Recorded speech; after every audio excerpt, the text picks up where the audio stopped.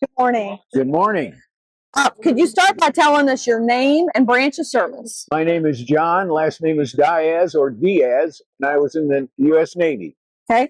And what was your rank when you left service? I was an E5 AK2, aviation storekeeper, second class. And what were your years of service? I went in June of '59 and got out in May of '63. And what is your connection to this region? My wife lived here when she was born and raised. I wasn't born here, but was raised in this area, so Yeah. we moved here 20 years ago. How and why did you enter the military? Well, I graduated from high school and didn't have any plans, didn't know what I was going to do. And a lot of my buddies are in the Navy, so the day after I graduated from high school, I was in boot camp, June 2, 1959. What were some of the jobs that you performed while you were in service? Well, one of the best things was mess cook. You know, when you were a non-rated man, you had to serve your time in the gallery and serve food.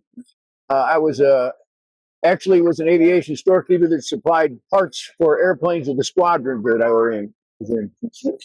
What were some of the places that you lived while you were in service?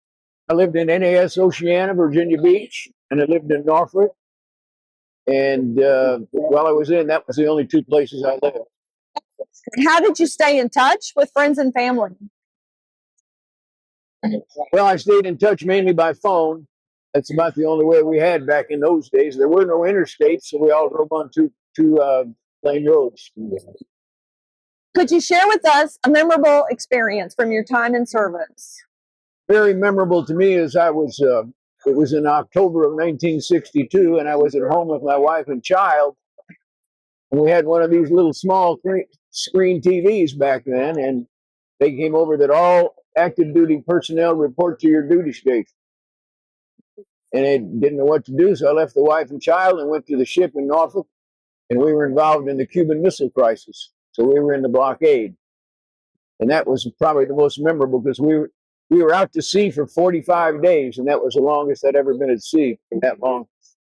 I did see we were in the middle of the Atlantic, and my brother's ship came by, and we were refueling them, and we waved. So that was memorable too. That's amazing. Finally, what message would you like to pass on to the next generation about military service?